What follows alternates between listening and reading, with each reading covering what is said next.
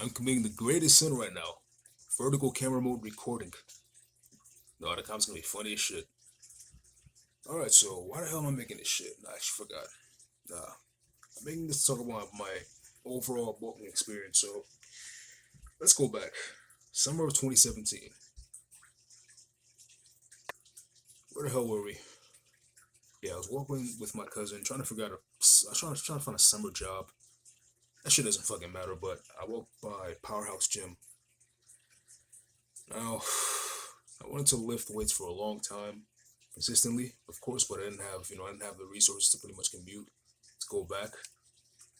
Like any other broke early 20-year-old at the time, but I discovered Powerhouse Gym was relatively close around my neighborhood. I was like, oh, holy shit, awesome. And so then I signed up, and yeah, I knew what bulking and cutting was. I accepted it as some sort of just this obligatory instance of you were anabolic for half the week, half the year, of course, 6 months, and you were catabolic for the other half of the 6 months, which is of course cutting aspect of it. Now, my initial starting weight was roughly 212. It could have been 210, roughly 212, but yeah, that was roughly my starting weight. And I knew I needed to bulk. Well, I thought I needed to bulk, and it wasn't as aggressive as how I bulked further down the line. So this initial bulk was on, yeah, it's on Haitian food. I'm Haitian. My parents grew up in Haiti, whatever. That's irrelevant, but yeah. And I never really measured shit. I just eat food, eat everything inside, and I did end up gaining weight. But as a newbie, you're gonna gain muscle regardless of a bulk or a cut. And I wasn't initially super skinny. Like looking back, I had enough body fat that pretty much guaranteed energy. Like a hell even yeah, it guaranteed energy essentially. Whatever. Like I felt great. I didn't have any mood swings, so I could have just eaten normally and accumulated muscle. But yeah, so the first bulk was successful. Unfortunately, I don't have pictures of the first bulk, so you're probably gonna have to look at a fucking montage of me training or some shit. I don't know what I'm gonna put in the background, but yeah. So the first bulk was successful. I went from what I was in between 212 and 215, and I went to 225. That's the heaviest I was after the first bulk, and it was successful. Like you start waking up, whatever. People noticing, oh, holy shit, you're making progress. But as a noob, your rate of muscle growth is going to be significantly greater than it will be 2 years or 3 years down the line, assuming you training effectively. Now, the first cut was actually prompted by my cousin because we were supposed to go to the beach together, you know. But dude flaked out on me.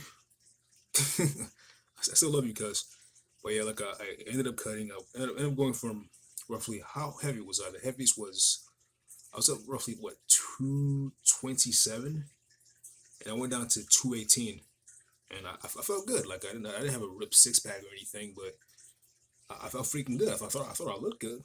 Even my other cousin, she noticed that. Oh wow, you put on size. But then what pissed me the fuck off was she was like, oh, but you need to work on your legs more. Like my fucking calves are forever small. It's like you got high calf insertions, but no matter how many calf raises you do, the overall muscle gets larger. But because you're just a fucking grasshopper, I'm roughly what 6'1", 6'2", like I'm a fucking grasshopper. So it's like filling out would take a long ass time for the calves. Anyway, that's beside the point. My calf insecurities are for another video. Now the second bulk. Okay, on the upcoming of 2018, so I made a lot of progress. Whatever, right? I thought, you know what? Let's fucking do this shit, man. Let's go all out. Let's kill this shit. So I ate everything in sight. I was literally force feeding by definition. So, and to detail this, if I were to detail this, I literally had rice. And rice is the perfect go-to for fucking bro bulking, the perfect go-to. And my mom would make chicken, we had rice, and I would just eat that shit, right? Probably like, I skip breakfast every single time, right? So these two big meals that I had in the day would just be these thick rice meals, right? Thick rice meals, rice and chicken or whatever she had. You know, if you're Haitian, like like a legume milito, a legume Asian, all that good ass shit tastes incredible. But yeah, rice prominently was rice, and I do remember making these dumbass protein shakes. So what I do is I get 2 scoops of peanut butter, then I get milk, I mix it whatever, I blend it, I mix it in a blender whatever, get 3 raw eggs, and I fucking swallow that shit, right? Looking back, the shit was so unnecessary. So I ended up bulking to 240 fucking pounds. Man, that shit was yo, and I do have pictures of that shit, bro. I was just a fat ass patat. It's like, and yeah, like I was probably I felt like, oh man, like I'm super strong, super strong. But looking back, man, the bulk goggles, yo, I was swallowed a lot by the bulk goggles. I was led to believe that I was some sort of just beast. You think you're a combination between Dwayne the Rock Johnson and fucking I don't know Gogeta from Dragon Ball Z or some shit. Like you think you're just this combination. Like oh yeah, I'm not lean and vascular, but I'm not lean and vascular, but like I'm big. But yeah, like you're big with a pump. But when the pump goes away, either one of two things can happen. You can accept the fact that you're just like a bloated fat ass, right? Or you can leave humanity behind and just subvert to becoming this perpetual cycle of just bloat maxing. You're bloat maxing. You're gonna go full pork mode. You're not even bear mode anymore. You're pork mode. You're fat as fuck, and you're just accepting these things. And I see these Michelin looking motherfuckers in the gym, right? And no hate on them, right? Like they're like Michelin built. Like they're really big, and they're relatively strong, right? We're not relatively strong because, of course, like when you're fatter, the level of flub you have acts as a cushion. You have more cushion for the pushing, so you have optimized leverages for pushing movements, especially. I noticed this too. My bench, even though I'm not a strong bencher. Like I don't have the strongest bench press in the world, but at the time, I was incline pressing roughly what 205 pounds, and I thought, wow, I'm so fucking strong. And I was decline pressing roughly 250 pounds right now. Looking back, these numbers don't look impressive at all. Even by today's standards, they don't look impressive at all. But I thought, wow, I'm so fucking strong. But my pulling movements did not increase significantly. This was the time when I started to deadlift, right? Now, what deterred me from bulking and cutting, this perpetual, like, this cycle of just anabolism and catabolism, like, what strayed me away from doing this in the future was the cut. The cut was just long, tedious, very, very mind-numbing. It was very psychologically demeaning to watch this artificial strength that you accumulated in the past 6 months just go away. You're getting weaker and weaker by the damn week. Essentially, you're getting weaker and weaker by the week. Yeah, that's a pun, but you're getting weaker and weaker by the week. And you're just noticing your strength patterns just decline drastically. And I remember weaning myself from rice, so. And yeah, it was prominently just me weaning myself from rice, or whatever, right? So I measured the rice cup, whatever, and my folks are making fun of me for that. Oh, you're measuring rice. You know how it is. Like I was measuring that shit, right? And then the rate of muscle, it's like so when you're cutting promotes catabolism to a certain extent, depending on how aggressive you do it. And I did it very aggressively, so I was on the opposing side of cutting. I was on the opposing side of cutting, which was the opposing side of bulking, whatever I should say. So I was at I went for aggressive bulk, where I was just eating everything in sight, trying to get as big as fucking possible. Then I went to cutting, where I was just essentially just skydive cutting. You're skydive cutting with no parachute, essentially, right? Because you don't know where you're gonna land. You might lose a lot of muscle, or you might end up looking good in the end, feeling like shit. You don't know where you're gonna end. And so afterwards, right after the cut, like in the middle of it, you're feeling so small because you're water depleted. Your muscles look extremely full with all that water that pumped into the blood vessels with the pump. You look incredible. Well, relative to how felt on a fucking cut, your bulk and cut feeling, whatever, you felt incredible, right? Now, when you're cutting, you don't have all those nutrients, all those dense nutrients that pretty much satiated you to a certain extent. The amount of rice I was eating was slashed significantly, right? And I didn't know how to do this shit, right? I didn't know how to effectively cut without feeling like absolute shit. So I just grinded it out until I found patterns that worked in the end. Now looking back, this was my cutting meal. It was fucking retarded. So I measured 2 cups of rice, and I had whatever the Haitian food was, whatever. But I only had that at night. because I felt like having a full stomach at night would guarantee me a great night of sleep. And the the the the first meal of the day or whatever, it was just eggs. It was just fucking regular ass eggs. But I didn't have. It wasn't like the egg wraps that I make now, which are more elaborate. I have these elaborate wraps now where I just can put any type of vegetation I want into it, or whether it be lettuce, tomatoes, and have grilled chicken. The wraps I make now were stupendous in comparison to what I would do back then to cut. It was just, man. And keep in mind, only 2 meals a day. What the, like, looking back, I would have never cut in that manner, but that's beside the point. So during the cut, my incline press went from 205 to 180. That's so much strength lost.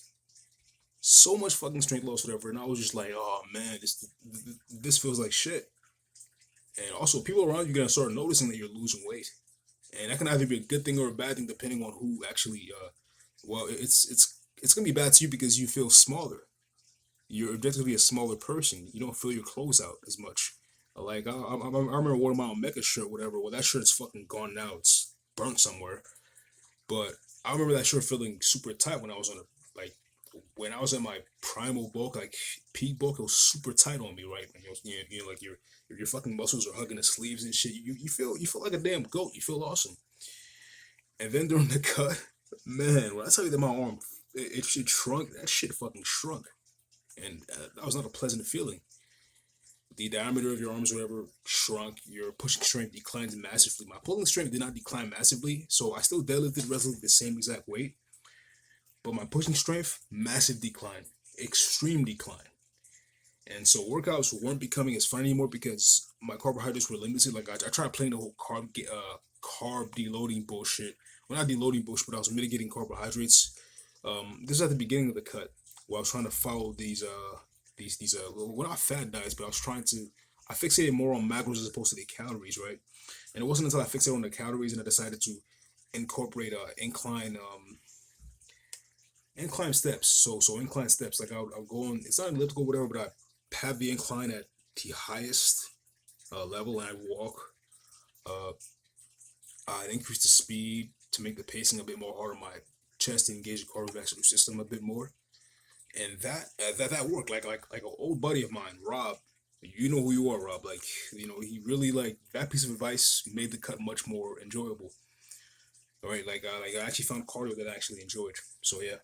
But that's besides the point. Now, the main point of this is like after the cut, like I'm happy I went through the cut. So I went from 240 pounds to 200 pounds flat.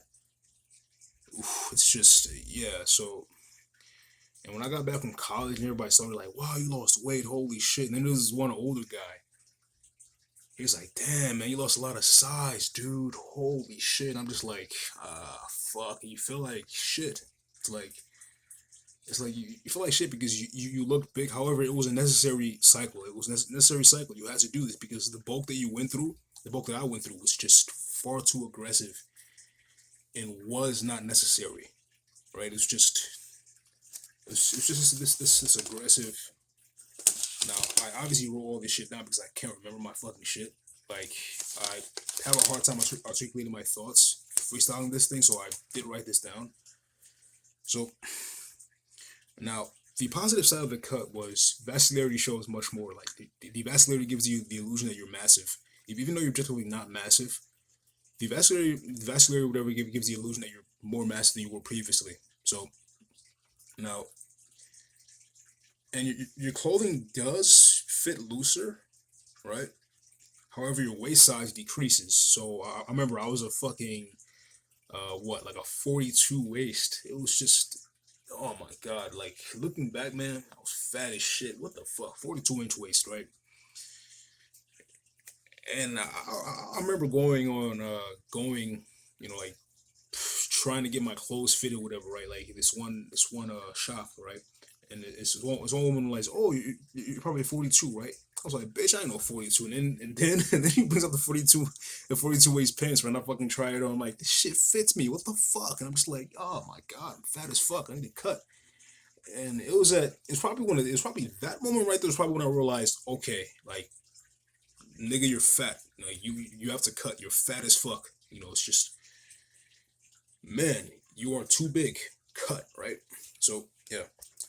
Now, after having to cut so strenuously, I decided that the cycle of bulking and cutting amounts to returns that simply just were not proportional to the amount of you know, gains. Like the amount of struggle that I went through was not proportional to the amount of returns. It just wasn't. Like you're spending 6 months in the year accumulating this artificial strength because and this artificial strength is a combination of optimized leverage from a reduced range of motion that you have because your sternum has much more fat. Like the bench press, for example, your sternum has more fat in between the bar, your stomach, and you're pretty much just like it's like you're using your fucking stomach as a trampoline. You're bouncing the goddamn weight off your chest or some shit, right? And even then, even if you're slowly going downward and you're pause pressing, that fat, right? That fat creates just this. It hypes your ego. That fat makes you think, "Wow, I'm so strong." And then you finally cut, and you're benching what you should have benched, or you're benching even less than what you should have benched because you were too greedy, like I was. It really humbles you in a way. It really humbles you. It makes you realize, okay, I need to just go at this a slow and steady rate. Now, I decided that I just wouldn't do this bulking and cutting thing. It just made no sense to me. The body already has mechanisms set in place so that if you don't have enough energy, it will use energy from these reserves. Now, the body is great at putting on fat. It's excellent at doing so. It doesn't really want to put on muscle in a way that you think it does. Now, you have to realize that humans were more of an endurance species in a sense that, like, yeah, we're fucking awesome in endurance things, right? Like, yes, there's type 1 and type 2 muscle fibers, whatever, right? And we have certain densities, and you get, like, as humans, like, we have certain genetic variations between it. However, humans, your body doesn't want to put on muscle. You have to force it. You have to force it to put on muscle by pretty much via programming. Dieting is only a facilitating factor in this. The stimulation is what prominently drives the microscopic changes within the muscle fibers, necessitating growth. And the food you are eating is just facilitating. It facilitates the growth. It gives the nutrients provided to repair that damage, as well as sleep, of course, right? So there's micronutrients, there's sleep combined with that. Now, this is why I never understood. Well, I do understood bulking and cutting in the sense that, oh, the added muscle you gain requires calories, right? Like you have to eat more calories because your maintenance is increased. However, your maintenance isn't increased by that much. You know, um, you're not adding so much muscle that a 500 calorie surplus necessitates the muscle that you accumulated you've accumulated further on. Like now, let's say your maintenance is 2,000, right? And you've gained muscle, you don't automatically have to have, oh, I need 500 calories of more because of the added muscle I gain. No, at worst, what's gonna happen at worst if you eat that maintenance? You lose body fat. Okay, so you lose body fat, your percentage is lower than it was once previously. You have more muscle mass overall. What's the downside to that? Like I never. What's the overall downside? Or you can do what I did. Decided to moving forward. I decided to remain at the similar body fat percentage level year round and just continually add on muscle when I made the best progress of my life doing so. It's insane. Like I made the best progress of my life doing so, and I have a theory as to why that is. So the more we train, the lesser the body really wants to grow in a sense. Well, the older you get into your training career, you have to find things that actually work. The added muscle you gain in the future after those first years of lifting, you're gonna have to really grind for it. Now, if you notice all these muscle gaining charts, I'm gonna coin this the rule of halves. Now, if you look at anybody's chart that create a muscle building, whatever, Casey Butt, you know, you know, I forget his name, whatever. It's awesome channel, by the way. Yeah, he has an awesome channel. He had a Massive Iron Steve Shaw. Yeah, Massive Iron Steve Shaw. So he had this one chart, whatever, and he was talking about these like half essentially the muscle growth that you gain, right?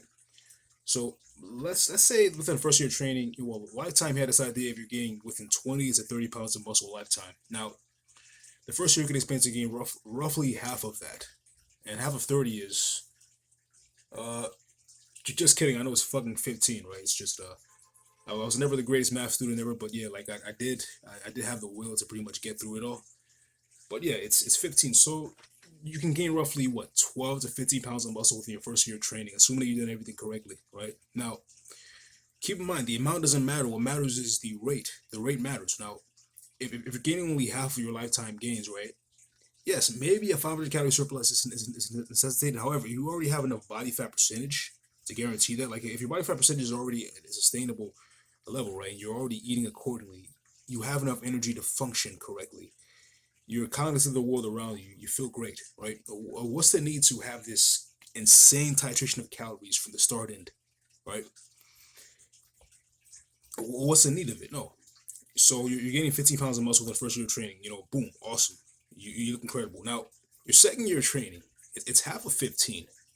Yeah, it's fucking half of that shit. 7.5 pounds of muscle essentially, right? So if you can gain 7.5 pounds of muscle your second year of training, right? Why is your surplus as extreme as it once was your first year of training? It makes no goddamn sense. Your your surplus is just as aggressive, whatever, if not more aggressive, which is what I did. I did a more aggressive route. It makes no sense. You have a diminishing return. You should be more conservative with gaining muscle. So it would make sense to bulk conservatively, or you know, I don't like calling it a bulk because a bulk has been associated with the accumulation, the acceptance of body fat. Like, you are altering your percentage, you're fluctuating your percentage. I don't like fluctuations in percentages as it pertains to body fat. I like staying at the same body fat percentage year round and just slowly accumulating muscle year round because it just feels it's more mentally it's more mentally stable. Like, you're mentally stable in a sense. Like, this idea that what's this whole craze now? Main gaining. People are extremely upset about it. It's a very controversial topic right now, right? You know, main gaining. It's very controversial. So they say that it's not effective because you're spinning your wheels, right? Now, bulking and cutting is more reminiscent of spinning your wheels to me because you're literally doing a cycle, this perpetual cycle of chub, in which the first half of the year you expect to gain a couple of pounds of chub in hopes of the accumulation of muscle, right?